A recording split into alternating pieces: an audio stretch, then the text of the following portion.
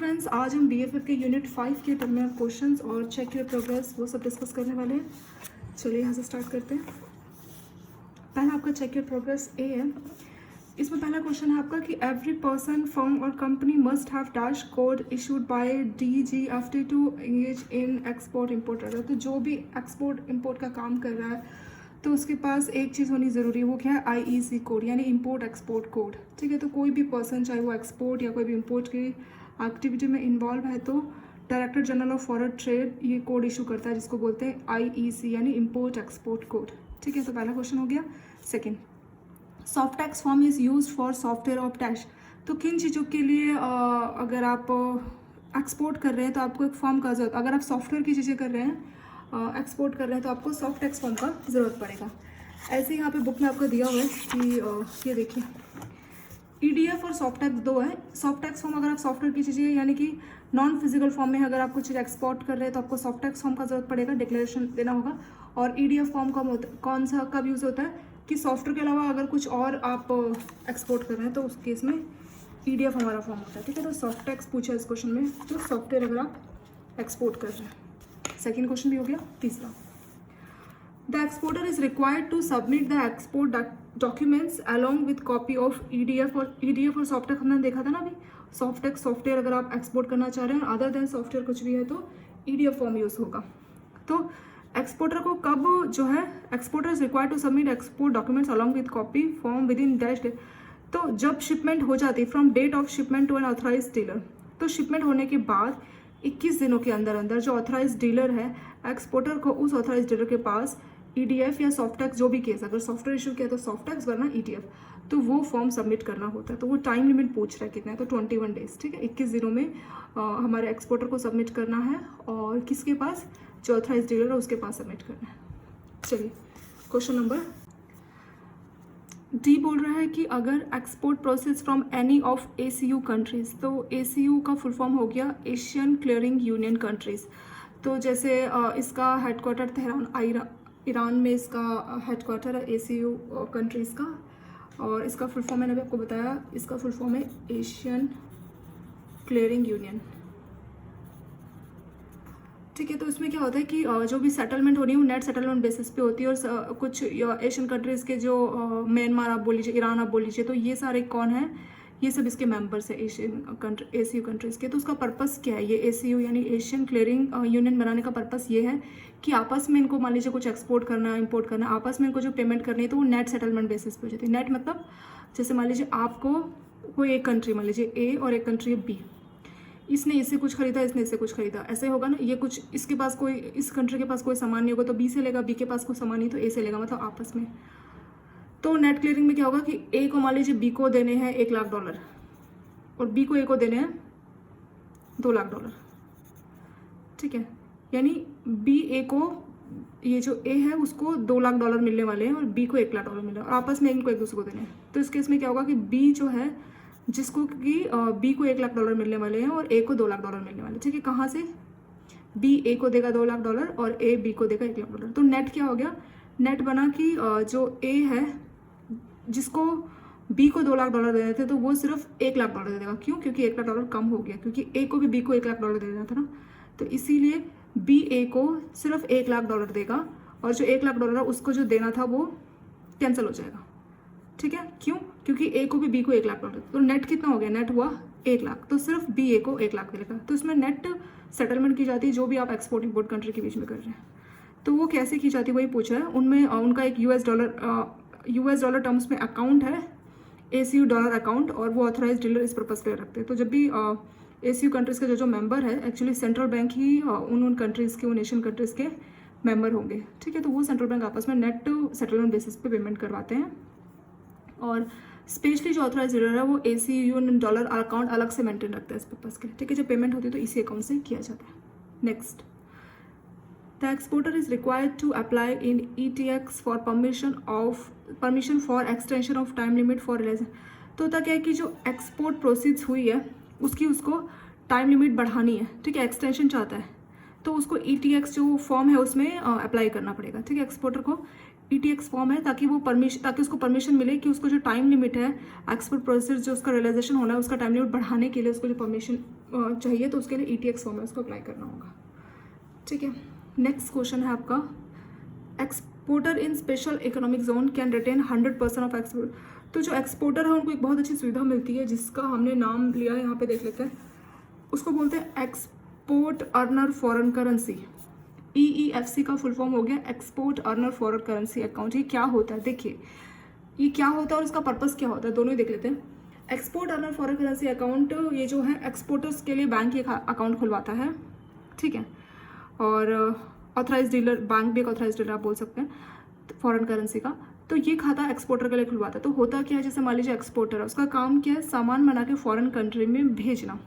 तो जब सामान फॉरेन कंट्री में जाता है तो एक्सपोर्टर के पास मान लीजिए $5,000 का सामान भेजा, जैसे एग्जाम्पल ले लेते हैं, तो $5,000 एक्सपोर्टर के नाम पे बैंकों के पास आने हैं, ठीक है, बैंक के पास आएंगे, फिर बैंक उसको कन्वर्ट करके रुपी में एक्सपोर्टर के जो करंट अकाउंट, जो भी अकाउंट एक्सपोर्टर ने बैंक के साथ खुला, उसमें पेमेंट कर देते हैं। या फिर कुछ एक्सपोर्टर ऐसे भी है जिनको रॉ मटेरियल खरीदने के लिए फॉरेन कंट्री से मतलब रॉ मटेरियल उनको खरीदना पड़ता है। एक्सपोर्ट तो करेंगे, मतलब गुड्स बना के, फिनिश गुड्स बना के प्रोडक्ट बना के भेजेंगे, लेकिन जो रॉ मटेरियल चाहिए उनको रॉ मटेरियल इंपोर्ट करना पड़ता है। यानी ये जो हमारा एक्सपोर्टर है उसको रॉ मटेरियल खरीदना पड़ता है फॉरेन कंट्री से, और जब वो रॉ मटेरियल खरीदेगा तो उसको पेमेंट उसी, मान लीजिए किसी फॉरेन कंट्री से अगर वो इंपोर्ट कर रहा है रॉ मटेरियल ताकि फाइनल गुड्स बना के वो एक्सपोर्ट कर सके, तो उसको इंपोर्ट करने के लिए किसकी ज़रूरत पड़ेगी, डॉलर की। मान लीजिए अगर USA से इंपोर्ट कर रहा है, USA से कुछ सामान मंगवा रहा है, तो उसको डॉलर चाहिए होंगे, ठीक है। तो वो बैंकों को अपने अकाउंट में बोलेगा कि मेरे को इतने डॉलर भेजने, बैंक उसको एक रेट बोलेगा, उसमें बैंक का मार्जिन वो सब भी रहेगा, ठीक है। तो बैंक उसको एक रेट बताएगा, बोलेगा कि इतने रुपये आप रखना, फिर हम आपके अकाउंट से इतने रुपये डेबिट कर लेंगे, फिर उसको डॉलर में कन्वर्ट करके जो हमने आपको हिसाब बताया उसमें हमारा मार्जिन भी रहेगा, फाइनली आपका पेमेंट कर देंगे। फिर जब वापस एक्सपोर्टर को पैसा मिलना है, जब उसने गुड्स बना लिए, रॉ मटेरियल उसने खरीद लिया फॉरेन कंट्री से, उसकी पेमेंट कर दी, तो वापस अगर वो गुड्स फॉरेन कंट्री में भेज रहा है तो फिर उसको डॉलर में पेमेंट कर, फिर उसको डॉलर में पैसा आएगा, उसको फिर वो कन्वर्ट कराएगा रुपये में। तो बेटर ये तरीका नहीं कि बार बार जो है फॉरेन करेंसी उसको कन्वर्ट किया जा रहा है। तो एक ऐसा ऑप्शन निकालते हैं जिससे एक्सपोर्टर को ऐसा अकाउंट हो जिसमें उसको फॉरेन करेंसी को उसी फॉरेन करेंसी में रख सके, उसको कन्वर्ट ना करे, तो उसको ही बोला जाता है एक्सपोर्ट अर्नर फॉरेन करेंसी, ठीक है। तो जितना भी उसने एक्सपोर्ट किया, मान लीजिए $5,000 का एक्सपोर्ट किया, तो उसका जो अगर ये EEFC यानी एक्सपोर्ट अर्नर फॉरेन करेंसी जो अकाउंट रहेगा उसमें पूरा $5,000 बैंक एज इट इज़ डाल देगा पूरा अमाउंट। और जब उस एक्सपोर्टर को अगली बार कोई ऑर्डर आएगा और उसके लिए उसको रॉ मटेरियल फॉरेन कंट्री से खरीदना होगा, तो वो अपने direct export earner foreign currency account वाले से बैंक को बोलेगा कि मान लीजिए 1,000 का उसको रॉ मटेरियल चाहिए, तो बोलेगा इसमें से 1,000 डेबिट करके आप वहाँ भेज दो फॉरेन, क्योंकि मैंने इंपोर्ट किया कुछ सामान। तो उसको इस बार कन्वर्ट नहीं करना पड़ा, क्यों, क्योंकि उसके export earner foreign currency account में ऑलरेडी डॉलर रखे थे, ठीक है। तो ये फ़ायदा होता है, ये बेनिफिट स्पेशली उन एक्सपोर्टर्स के लिए जिनको रॉ मटेरियल खरीदने के लिए फॉरेन कंट्री से इंपोर्ट भी करना पड़ता है, तभी वो सामान बना के एक्सपोर्ट कर पाते हैं। तो उसको ही बोला जाता है क्या, एक्सपोर्ट अर्नर फॉरेन करेंसी। और उसमें पूरा जो 100% यानी एक्सपोर्ट करने के बाद जो पैसा आया पूरा 100% पैसा इसमें रख सकता है। अगर $5,000 आया, 50,000 आया, तो पूरा $50,000 इस अकाउंट में रख दिया जाएगा, ठीक है। तो ये आपका आंसर हो गया। Next, the effective date of realisation of foreign currency bill will be the dash date of credit to the. तो किसी भी फॉरेन करेंसी का कोई भी बिल है, जैसे हम बोले एक्सपोर्ट बिल है जो कि फॉरेन करेंसी का है, उसमें मेंशन रहेगा कि सामान एक्सपोर्ट किया, इतना पेमेंट आने वाला। तो कोई भी फॉरेन करेंसी बिल है उसका रियलाइजेशन जो है, इफेक्टिव डेट का रियलाइजेशन कब बोलेंगे। रियलाइजेशन का मतलब ये हुआ कि बैंकों को फाइनली आपके नाम पे पेमेंट मिल चुकी है। मतलब होता क्या, कस्टमर अपना जो एक्सपोर्ट बिल है वो लेके बैंकों से कई बार उसको डिस्काउंट करवा लेता है या परचेज करते हैं बैंक, उसको डिपेंड करेगा साइड बिल है, यूजर्स बिल है, तो वो सब केस चलता है। लेकिन कई बार क्या होता है कि हाँ, ये तो होता ही है कि चलिए बिल को बैंक ने परचेज कर लिया या डिस्काउंट कर दिया, पर फाइनली उस बिल में लिखा रहता है कि हाँ इस डेट पे, फ्यूचर की वो डेट हो सकती है कुछ भी, कि इस डेट पे फाइनली पेमेंट आनी है। तो कई बार 1-2 दिन आगे पीछे भी हो जाते हैं। तो रियलाइजेशन का मतलब क्या हुआ, रियलाइजेशन का मतलब कि बैंकों का जो नॉस्ट्रो अकाउंट है, मतलब हर बैंकों का जो है अकाउंट रहता है, ठीक है, जिसमें फॉरेन करेंसी आएगा, तो बैंकों के नॉस्ट्रो अकाउंट में फाइनली जब पेमेंट आ जाएगी, ठीक है, तो value date of credit, nostro account में जो वैल्यू डेट, मतलब जिस डेट पे नॉस्ट्रो अकाउंट में पेमेंट आ गई उसको बोला जाता है इफेक्टिव डेट ऑफ रियलाइजेशन, यानी रियलाइज हो गया। और मैंने इसके ऊपर आपका इसी चैप्टर का आपका ये जो इसमें न्यूमेरिकल है ये बहुत इंपॉर्टेंट है। अभी ये आपका चेक प्रोग्रेस A कंप्लीट हो गया यहाँ पे, और इसी चैप्टर में एक आपका न्यूमेरिकल करके है, वो एक्सपोर्ट इम्पोर्ट क्रेडिट के ऊपर, वो बहुत ज़्यादा इंपॉर्टेंट है आपका। और चेक योर प्रोग्रेस भी हम स्टार्ट करेंगे। हाँ, ये वाला न्यूमेरिकल देखिए, आपका ये वाला जो न्यूमेरिकल है बहुत इंपॉर्टेंट है, जिसमें आपको PCL यानी कि पैकिंग क्रेडिट लोन यहाँ से स्टार्ट है आपका, प्री और पोस्ट शिपमेंट फाइनेंस। ये वाला जो केस स्टडी, ये मैंने पुराने बुक्स आपको एक्सप्लेन किया, न्यूमेरिकल सेम है, न्यूमेरिकल में कोई चेंज नहीं है। और ये इस टाइप का जो न्यूमेरिकल है, ये आपको यूजेंस करके है, यूजेंस बिल वाला न्यूमेरिकल दिया है। और अभी हमने जो केस स्टडी BFM का स्टार्ट किया, तो आपको 30 तो मैं अपलोड कर चुकी हूँ, तो आई थिंक 32 या 33 नंबर पे आपको केस स्टडी मिलेगा इसी टॉपिक के ऊपर फिर से। तो मैंने 4-5 2 पार्ट, एक केस स्टडी का 2 पार्ट, तो 5-6 यानी कि 4 केस स्टडी 6 वीडियोज़ में, क्योंकि एक केस स्टडी में 14 क्वेश्चन है, तो मैंने 2 पार्ट में ऐसा उसको अपलोड करना है, अभी अपलोड करना है, वो वीडियो रेडी है ऑलमोस्ट। ठीक है, तो ये वाला आपका जो टॉपिक है, ये उस केस स्टडी में आपको मिल जाएगा, और बहुत अच्छे से मैंने टॉपिक एक्सप्लेन किया है। उस वीडियो को आप ज़रूर देखना, वो आपको 32 के बाद से, जो डे 32 है BFM का, वहाँ से आपको मिलेगा, और ये बहुत इंपॉर्टेंट है। बुक से मैंने बताया, पर फिर भी कुछ कमेंट्स थे कि डाउट है, तो मैंने इसी के ऊपर 4 और केस स्टडी एक्सप्लेन किया, जिसमें से एक यूजेंस का है, एक तो बुक का यूजेंस हो गया, तो हमने काफ़ी टाइम पहले किया था, एक नया मैंने यूजेंस का बनाया, और 3 जो केस स्टडी है साइट बिल के ऊपर है। ठीक है, इसका डिफरेंस पूरा मैंने अच्छे से बेसिक बताया, वो वाला केस स्टडी ज़रूर देखना, क्योंकि इस चैप्टर में से ये जो केस स्टडी है बहुत पूछा जाता है, और जब भी ये केस स्टडी पूछा जाता है तो कम से कम 6 नंबर 7 नंबर का पूछा जाता है, कई बार 6 7 8 नंबर का भी पूछ लेता है सिर्फ इस टॉपिक से। तो ये बहुत इंपॉर्टेंट टॉपिक है, और इसमें डाउट भी बहुत ज़्यादा रहता है, तो वो सब डाउट क्लियरिंग के लिए मैंने 40-40 मिनट के 2 पार्ट बना के, और इस तरह से मतलब 6 पार्ट में 4 केस स्टडीज़ को एक्सप्लेन किया, उसको आप ज़रूर देखना, बहुत इंपॉर्टेंट है। चलिए, ये मैंने आपको बता दिया। अब हम आ जाते हैं अपना चेक योर प्रोग्रेस B पे। पहला क्वेश्चन क्या है यहाँ पे देखिए, इसमें है finance allowed to an exporter to fund the needs procurement of raw material manufacturing and up to the stage of packing. मान लीजिए जो हमारा एक्सपोर्टर है, यानी जिसको सामान बना के फॉरेन कंट्री में भेजना है, लेकिन उसको सामान बनाने के लिए पैसे चाहिए, उसके पास पैसे थोड़े से हैं, वो आपसे हेल्प लेना चाहता है, और वो आपको प्रूफ दिखाएगा। ये देखिए LC डॉक्यूमेंट में साफ साफ लिखा है कि मुझे, अगर मैंने गुड्स बना के भेजे तो मुझे पेमेंट मिल जाएगी। तो उसको आधार मान के आप क्या करते हैं, यानी कि बैंक उसको रॉ मटेरियल खरीदने के लिए, मैन्युफैक्चर करने के लिए, पैक करने के लिए, जो गुड्स बने उसकी पैकिंग के लिए और उसको शिपमेंट के लिए पैसे देता है, उसको बोला जाता है प्री शिपमेंट फाइनेंस। और ये जो प्री शिपमेंट फाइनेंस और पोस्ट शिपमेंट फाइनेंस, ये पूरा मैंने आपको जो मैंने आपको BFM की स्टडी बोला, आई थिंक 32-33 से आपको मिलना स्टार्ट हो जाएगा वो, तो वो मैंने एक्सप्लेन किया कि कैसे इसको कैलकुलेट किया जाता है। ठीक है, पर अगर सिर्फ हम डेफिनेशन की बात करें तो प्री शिपमेंट फाइनेंस, और ये आपको शॉर्ट फॉर्म में ऐसे देखिएगा PCL, प्री शिपमेंट फाइनेंस या पैकिंग क्रेडिट लोन, ये दोनों एक ही चीज़ है। ठीक है, तो रॉ मटेरियल मैन्युफैक्चर और आपको पैकिंग करने के लिए पैसा चाहिए, तो बैंक क्या करता है, कुछ परसेंट, मतलब थोड़ा आपका मार्जिन भी रहेगा, ऐसा नहीं कि पूरा पैसा बैंक ही आपको देगा, थोड़ा एक्सपोर्टर के पास खुद का भी पैसा होगा 20-25%, बाकी 70-75% बैंक दे देता है फाइनेंस। तो उस फाइनेंस का नाम है प्री शिपमेंट फाइनेंस। ठीक है, पहला क्वेश्चन कंप्लीट। दूसरा, while considering export credit it must be ensured that exporter's name does not appear under। तो जब भी आप एक्सपोर्ट क्रेडिट देने जा रहे हैं अपने कस्टमर को, तो बैंक को इस बात का ध्यान रखना पड़ता है कि जो आपका एक्सपोर्टर है, यानी जिसको आप पेमेंट दे रहे हैं, कहीं वो एक्सपोर्टर्स की जो कॉशस लिस्ट, यानी कि RBI ने कुछ ऐसी लिस्ट बनाई है जिनको आप बोल सकते हैं कि बैन है, एक तरह से इनको आप, इन एक्सपोर्टर्स को आप नहीं दे सकते, तो उसका आपको ध्यान रखना है। और specific approval list of ECGC, तो कुछ तो बिल्कुल ही बैन है, कॉशस लिस्ट हो गया। दूसरा हो गया ECGC से अप्रूवल लेना पड़ेगा, तो स्पेसिफिक अप्रूवल लिस्ट या कॉशस लिस्ट, इनमें से ना हो। अगर आप जिसको एक्सपोर्ट करने जा रहे हैं, तो आपको इस बात का ध्यान रखना पड़ेगा कि जिसको भी आप एक्सपोर्ट करने का, वो इन 2 लिस्ट में से तो कहीं नहीं है। ठीक है, तो ये B हो गया। तीसरा, normally total period allowed for PCL, तो जो आप पैकिंग क्रेडिट लोन जो आप नॉर्मली देते हैं, यानी PCL किस लिए होता है, हमने पहले क्वेश्चन में देखा था ना, रॉ मटेरियल खरीदने के लिए, सामान मैन्युफैक्चर करने के लिए, उसको पैक करने के लिए, उसको शिपमेंट करने के लिए, तो उसके लिए बैंक फाइनेंस करता है, उसको बोलते हैं पैकिंग क्रेडिट प्री शिपमेंट। ये PCL आपका हो गया, उसी का शॉर्ट फॉर्म है पैकिंग क्रेडिट लोन आप बोल सकते हैं। तो जनरली कितने टाइम के लिए दिया जाता है, तो 180 डेज से ज़्यादा नहीं होना चाहिए, मतलब 180 डेज तक में मान लिया जाता है कि कस्टमर सामान बना बुनू लेगा और भेज भी देगा उसको। ठीक है, तो 180 डेज हो गया।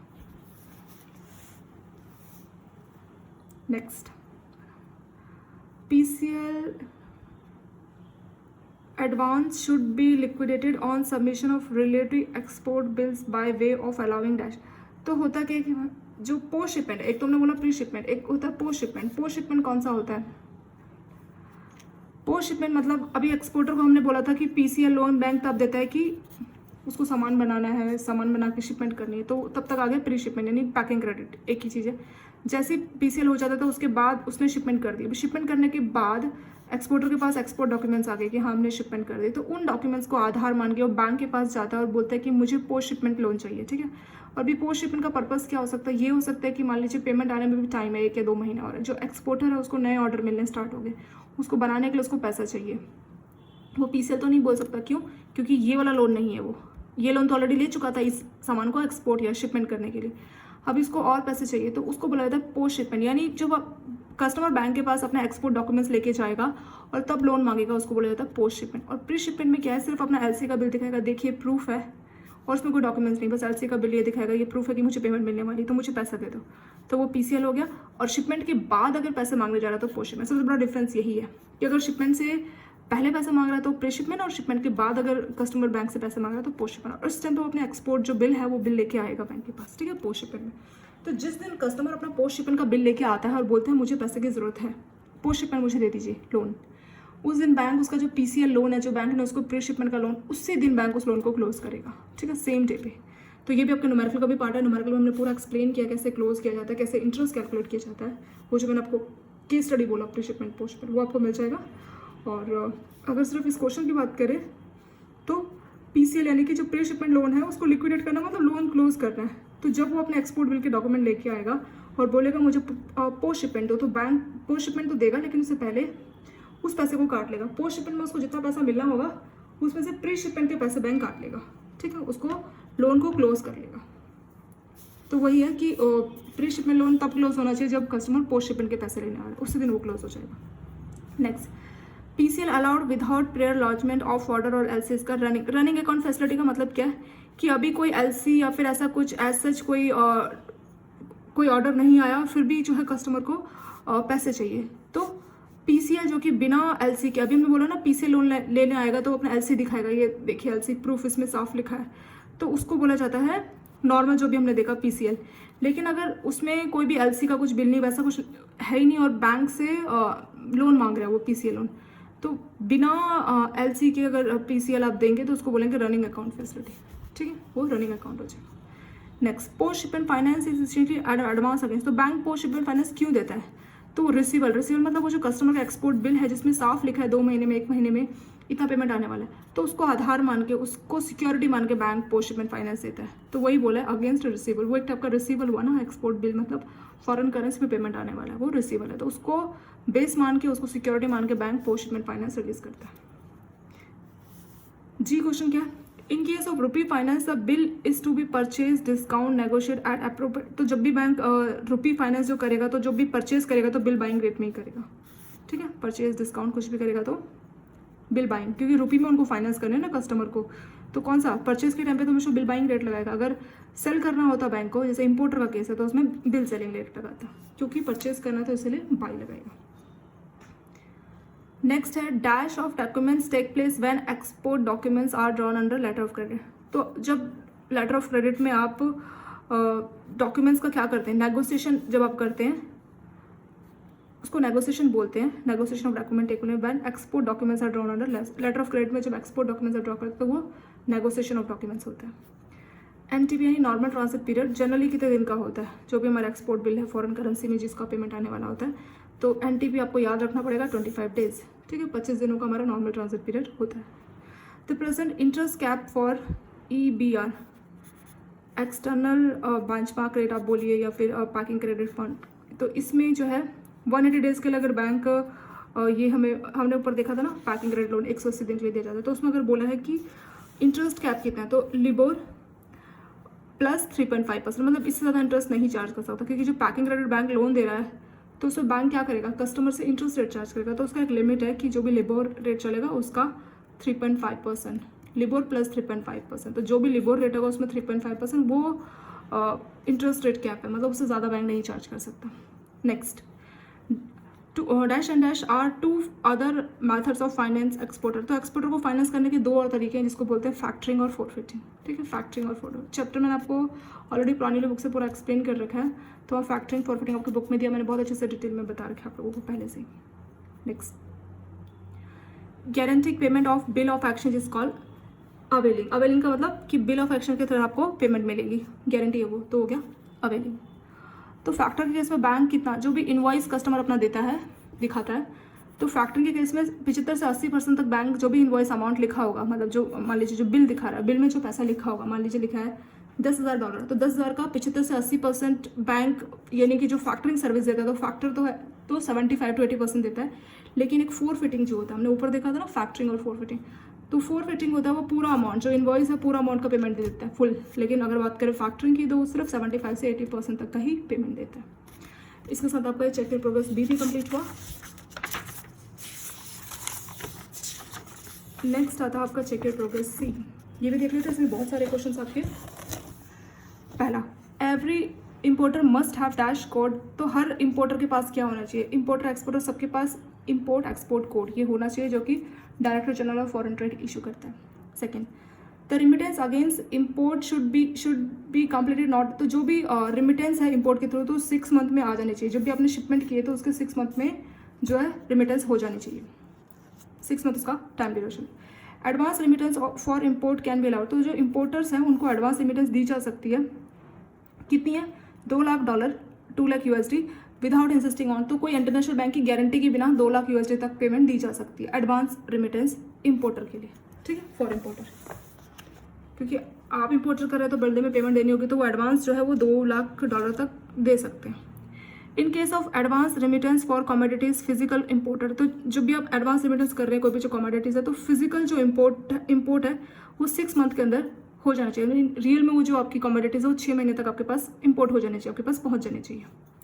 Next, as an evidence of having made this importer, तो जो इम्पोर्टर है यानी इम्पोर्टर का काम क्या है, सामान फॉरेन कंट्री से मंगवाना, तो उसके पास क्या प्रूफ है कि सामान इम्पोर्ट हो चुका है, तो इम्पोर्टर को एक डॉक्यूमेंट सबमिट करना पड़ता है जिसका नाम है बिल ऑफ एंट्री, और कस्टम जो डिपार्टमेंट है वो प्रॉपर उसको अप्रूव करके देता है। तो बिल ऑफ एंट्री इस बात का प्रूफ है कि इम्पोर्टर का सामान इम्पोर्ट हो चुका है, ठीक है, और ऑथराइज डीलर को वो प्रूफ दिखाना होता है किसको, इम्पोर्टर को।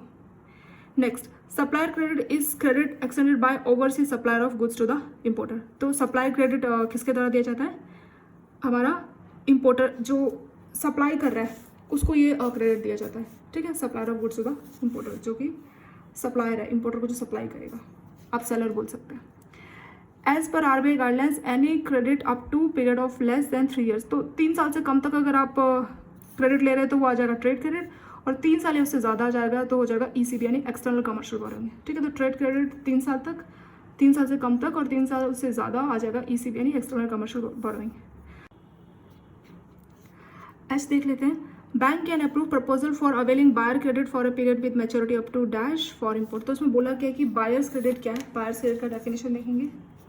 बायर क्रेडिट एक ऐसा क्रेडिट अरेंजमेंट है जो कि इम्पोर्टर यानी कि बायर, जैसे मान लीजिए बायर क्रेडिट का मतलब क्या हो कि कोई कस्टमर सामान कहीं से बाय कर रहे हैं, ठीक है, हमारा इम्पोर्टर क्या कर रहा है, फॉरेन कंट्री से सामान मंगवा रहा है, सामान मंगवा रहा है तो बदले में उसको पेमेंट देनी होगी, तो जो उसको पेमेंट देनी है उसके सेटलमेंट के लिए बैंक से लोन लेता है, एक तरीके का क्रेडिट लेता है, उसी को बोला जाता है बायर्स क्रेडिट, वही लिखा है। और वो किसी भी बैंक या फाइनेंशियल, हमारा जो बायर है या आप बोलिए इम्पोर्टर है, वो किसी भी बैंक या फाइनेंशियल इंस्टीट्यूशन जो कि उसकी कंट्री के बाहर है, आउटसाइड इस country, to settle the payment of imports, की जो उसकी पेमेंट करनी है, सेटलमेंट करनी है, तो कहीं और की अपनी कंट्री के अलावा लिखा है ना, आउटसाइड इस कंट्री, तो वहाँ से वो लोन लेना चाह रहा है ताकि जो उसका इम्पोर्ट पेमेंट है उसकी सेटलमेंट कर सके, तो उसको बोला जाता है बायर क्रेडिट। और इसका टाइम ड्यूरेशन आपको दिया है, देखिए 1 साल तक के लिए होना चाहिए, और 20 मिलियन जो है पर इम्पोर्ट ट्रांसफर, तो 20 मिलियन USD का लिमिट है।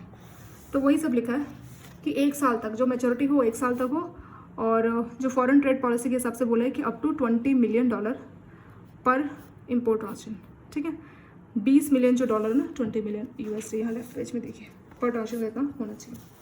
चलिए कुछ ट्रू फॉल्स है वो देख लेते हैं। पहला, reserve bank of India with powers under foreign trade policy regulate the exchange, तो रिजर्व बैंक ऑफ इंडिया हमारा FEMA foreign exchange management act के तहत काम करता है, और उसमें बोला है फॉरेन ट्रेड पॉलिसी, ये तो डायरेक्टर जनरल और फॉरेन ट्रेड ने ये पॉलिसी बनाई ताकि एक्सपोर्टर इम्पोर्टर को कौन कौन सी बातें माननी है ये उनके लिए, RBI के लिए नहीं है, तो इसलिए फॉल्स हो गया। Second, every person firm company engage in import export has to apply and obtain IEC number, ये तो बात सही है ना, हमने 2 क्वेश्चन पहले देखे हैं कि इम्पोर्टर एक्सपोर्टर कोड नंबर सभी पर्सन जो कि कोई भी कंपनी पर्सन फर्म है जो एक्सपोर्ट इम्पोर्ट का काम करना चाहती है तो director general of foreign trade से उनको ये IEC नंबर लेना होता है, ये बात है करेक्ट। तीसरा, software forms is use for declaration of software. जो आप एक्सपोर्ट सॉफ्टवेयर को एक्सपोर्ट करते हो तो उसकी डिक्लेरेशन सॉफ्टवेयर फॉर्म में भरी जाती है, ये भी हमने देखा था। ट्रू। तो डी हमारा trade sample of goods and publicity material supplied free of payment must be declare on statutory declaration form. Statutory declaration के लिए ये नहीं होता है, सो फॉल्स हो गया। नेक्स्ट है payment of export bills can be receive by debit to FCNR NRE account of buyer. तो जो हमारा बायर है उसका आपके पास FCNR या NRE अकाउंट है, ये सब FCNR NRE का डिफरेंस है सारा हम पहले चैप्टर में देख चुके हैं। तो एक्सपोर्ट बिल की पेमेंट उस अकाउंट को डेबिट करके की जा सकती है, ऐसा कर सकते हैं, ठीक है। अगर बायर का ऐसा अकाउंट है तो वहाँ से पेमेंट हम कर सकते हैं। नेक्स्ट है exports to Nepal are to be paid through ACU। ACU हमने पहले भी देखा था, एशियन क्लियरिंग यूनियन, ठीक है। तो एशियन की कुछ कंट्रीज जैसे म्यांमार, ईरान, नेपाल, भूटान ये सब है, पर अगर नेपाल या भूटान को करनी तो ये एग्जाम्पशन है, उसको आप ACU मैकेनिज्म के थ्रू पेमेंट नहीं कर सकते। जो भी एक्सपोर्ट इंपोर्ट है वो हिसाब आप इसके थ्रू नहीं रख सकते ACU मैकेनिज्म के थ्रू। वैसे ये सुविधा बाकी कंट्रीज़ के लिए जैसे म्यांमार, ईरान वो सब है, लेकिन ये जो नेपाल और भूटान इसमें एग्जाम्पशन है, तो ये हो गया फॉल्स। इसमें लिखा है ना ACU के थ्रू कर सकते हैं एशियन क्लियरिंग यूनियन, इसलिए false. Next status account holder allowed to retain 100% of credit receive in. तो जो हमारे एक्सपोर्टर हैं वो 100% जो अपना EEFC यानी एक्सचेंज जनरल फॉरेन करेंसी पूरा 100% उसमें रख सकते हैं जो भी उनको फॉरेन करेंसी मिला है, तो ये बात करेक्ट हो गया। Export bill financing is known as PCL, उसको बोलते हैं पोस्ट शिपमेंट। PCL क्या है? PCL यानी कि अपना LC बिल लेके आता है, बोल रहा है मुझे शिपमेंट से पहले मैन्युफैक्चर करने के लिए पैसे चाहिए, वो हो गया पैकिंग करने के लिए पैसे चाहिए, तो वो हो गया PCL यानी कि पैकिंग क्रेडिट। एक्सपोर्ट बिल लेके जाता है यानी उसने भी एक्सपोर्ट कर दिया, शिपमेंट हो गया, फिर अपने डॉक्यूमेंट्स दिखा रहा है, ये देखिए इसमें साफ साफ लिखा है कि मेरे को 1 महीने बाद 2 महीने बाद पैसा मिलेगा, मुझे अभी ज़रूरत है, तो उसको पोस्ट शिपमेंट बोलते हैं ना कि PCL, इसलिए फॉल्स हो गया। In case after allowing PCL export do not, PCL bank ने दे दिया यानी कि पैकिंग क्रेडिट लोन की आप शिपमेंट कर लीजिए, लेकिन एक्सपोर्ट हुआ ही नहीं, उसने कोई सामान बना के भेजा ही नहीं, सो एडवांस को क्या फिर भी आप एक्सपोर्ट क्रेडिट बोलोगे? नहीं, जब एक्सपोर्ट हुआ नहीं तो उसको आप कैसे एक्सपोर्ट क्रेडिट बोल सकते हो, तो इसलिए फॉल्स हो गया। जे at present bank are allowed to charge interest on PCFC यानी कि पैकिंग क्रेडिट जो हमने लोन देखा था ना 180 days at maximum LIBOR plus 1%। तो हमने पहले भी देखा था कि लिबोर प्लस 3.5% कुछ रहता है, यहाँ पे भी आपको दे रखा है, देखिए 350 यानी कि 350 बेसिस पॉइंट यानी कि 100 बेसिस पॉइंट होता है 1%, 100 बेसिस पॉइंट होता है 1%, तो 350 बेसिस पॉइंट कितना हो गया? 3.5% प्लस लिबोर 6 मंथ यानी वही हमारा 180 डेज हो गया। तो लिबोर प्लस 1% बोला इसलिए गलत हो गया क्योंकि लिबोर प्लस 3.5% है, ठीक है। ये केस स्टडी मैं आपको ऑलरेडी एक्सप्लेन कर चुकी हूँ, इस तरीके का 3-4 केस स्टडी आपको मिल जाएगा आपको बहुत जल्दी, आपका जो केस स्टडी पार्ट है वहाँ पे। चलिए चेक योर प्रोग्रेस हमारा सारा कंप्लीट हो गया, ये सब हमने कर लिया तीनों। अब बुक के टर्मिनल क्वेश्चन देखते हैं। IEC number is required for, किस लिए ज़रूरत पड़ता है? अंडरटेकिंग एनी एक्सपोर्ट और इम्पोर्ट ट्रांसफर, कुछ भी आप इम्पोर्ट या एक्सपोर्ट कर रहे हैं तो आपको IEC यानी इम्पोर्ट एक्सपोर्ट कोड नंबर का जरूरत पड़ेगा। पहला हो गया, सेकेंड C हो गया पहले का answer. Bank can not allow export credit, bank किस पर्पज़ के लिए एक्सपोर्ट क्रेडिट नहीं दे सकता? तो जो भी कस्टमर, इसमें बहुत सारे ऑप्शन है, इसमें बोला है कि supplies to manufacturer India, India का कोई मैन्युफैक्चरर है कुछ सामान बनाता है, उसको who make import substitute spare for machinery. तो जिस मान लीजिए कुछ मशीनरी का कुछ सब्सटीट्यूट कुछ स्पेयर पार्ट है, मशीनरी का कोई स्पेयर पार्ट मतलब कोई दूसरा मशीन का कोई हिस्सा अगर बनाना है तो उसको इंपोर्ट किया जाता है, पर हमारा जो मैन्युफैक्चरर है वो इंडिया में ही उसका सब्सटीट्यूट बनाता है कि आपको इंपोर्ट करने का जरूरत नहीं, आप इसी मैन्युफैक्चरर से ले सकते हो। तो उसको अगर आप पेमेंट दोगे तो क्या वो आपका एक्सपोर्ट क्रेडिट होगा? क्योंकि वो एक्सपोर्ट नहीं कर रहा, वो सामान इंपोर्ट करना था और इंपोर्ट ना करके आप इन मैन्युफैक्चरर से ले सकते हो क्योंकि ये भी उसका सब्सटीट्यूट बनाते हैं, तो उसको अगर आप क्रेडिट करोगे तो वो एक्सपोर्ट क्रेडिट नहीं माना जाएगा, ठीक है। एक्सपोर्ट मतलब बाहर आप कुछ भेज रहे हैं, बाहर की कोई चीज़ आने से आपने रोका है ऐसा करके कुछ कि इंपोर्ट होने से आपने बचाया, तो वो एक्सपोर्ट क्रेडिट नहीं हुआ। an export to state electricity board covering supply of transmission tower, आपने एक्सपोर्ट किया है, आपका जो स्टेट जो इलेक्ट्रिसिटी बोर्ड है उसको आपने एक्सपोर्ट किया है जिसमें ट्रांसमिशन टावर सप्लाई किए जाते हैं जो कि वर्ल्ड बैंक फाइनेंशियल प्रोजेक्ट के अंडर आता है, उसको क्या बोलोगे? कौन सा एक्सपोर्ट है? इसमें बहुत सारे ऑप्शन दिए। ग्लोबल हो गया, आप किसी फॉरेन कंट्री में कुछ भी आप एक्सपोर्ट कर रहे हैं। मर्चेंट यानी कि आप कुछ मैन्युफैक्चर नहीं कर रहे, बस आप ट्रेड की एक्टिविटी कर रहे हैं, मतलब मैन्युफैक्चर नहीं कर रहे, आप लेके डायरेक्ट आप कहीं से मंगवा के आप डायरेक्ट भेज रहे, वो क्या मर्चेंट। डी मतलब आपने ए ने बी को किया एक्सपोर्ट, बी ने सी को किया, ठीक है। ए ने बी को एक्सपोर्ट किया, बी ने सी को एक्सपोर्ट किया, तो ए से सी तक का जो एक्सपोर्ट है उसको डीम्ड एक्सपोर्ट बोलेंगे, ठीक है। ऐसा माना जाएगा, डीम्ड का ऐसा हिंदी में मतलब होता है ऐसा माना जाएगा, ऐसा कंसिडर किया जाएगा। ए ने बी को एक्सपोर्ट किया, बी ने सी को एक्सपोर्ट किया, तो ऐसा माना जाएगा कि ए ने सी को एक्सपोर्ट किया, तो उसको बोलते हैं डीम्ड एक्सपोर्ट, ठीक है। आपने किसी से लिया, जिससे आपने लिया उसने किसी और से लिया था, तो जिसने आपको दिया उसने किसी और से लिया, तो उसको और आपका जो है एक्सपोर्ट उसको माना जाएगा डीम्ड।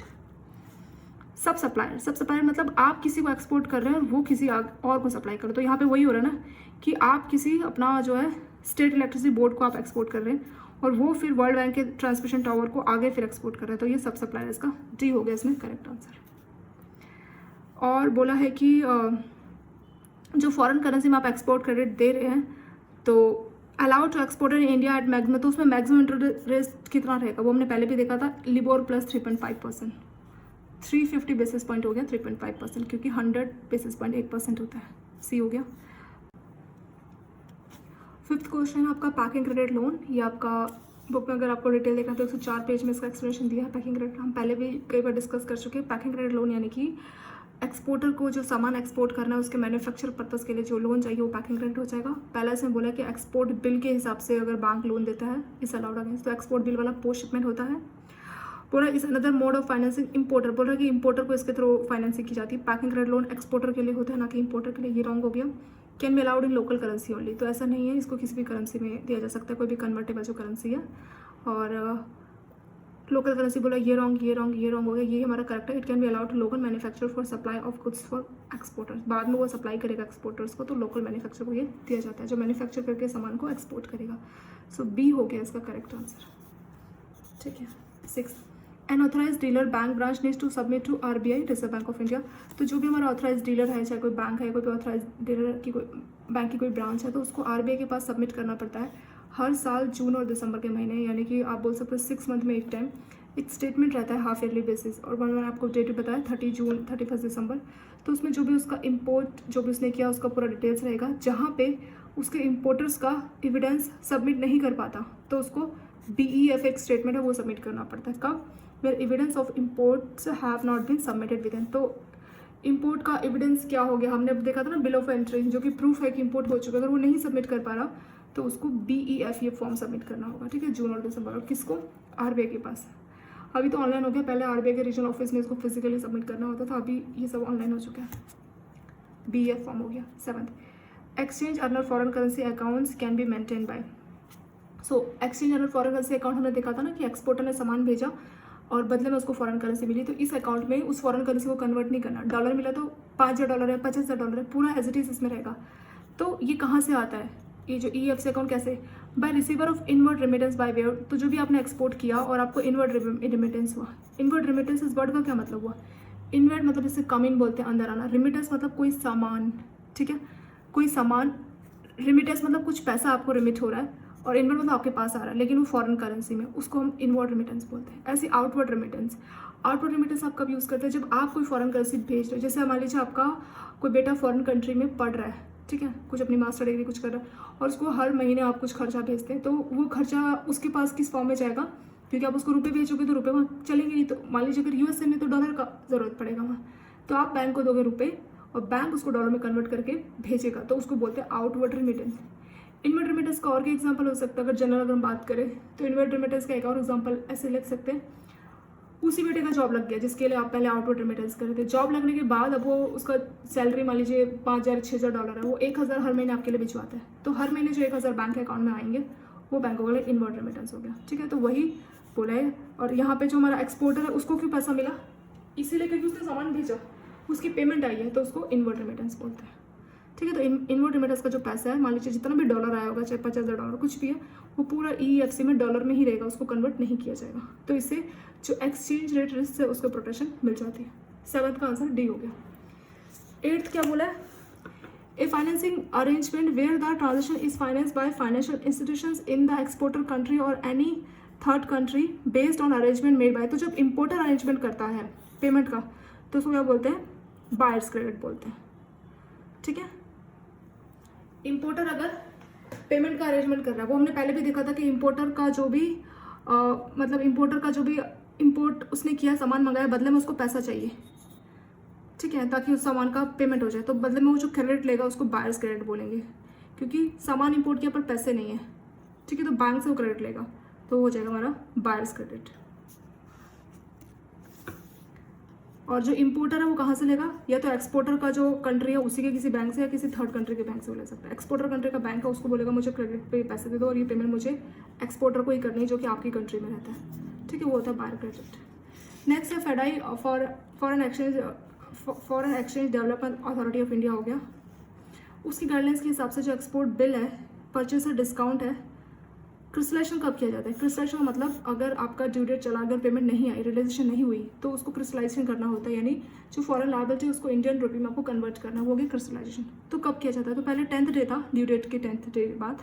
अभी बैंकों की अपनी मर्जी है, ठीक है, हर बैंकों का जो भी अरेंजमेंट है, बैंक और कस्टमर का जैसा वो है उस हिसाब से की जाती है। अब एज सच कोई टाइमिंग इसमें नहीं है, ठीक है, जैसा बैंकों को ठीक लगता है उसको तब क्रिस्टलाइज कर सकते हैं।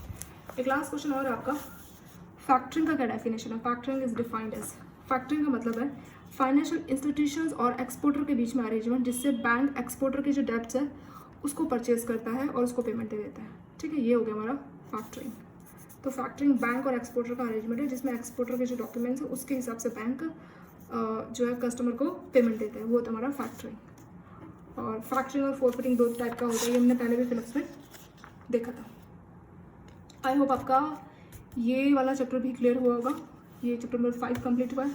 अगला वीडियो में हम चैप्टर नंबर 6 स्टार्ट करेंगे, इसको एक बार आप देख लीजिए। और thank you so much for watching this video.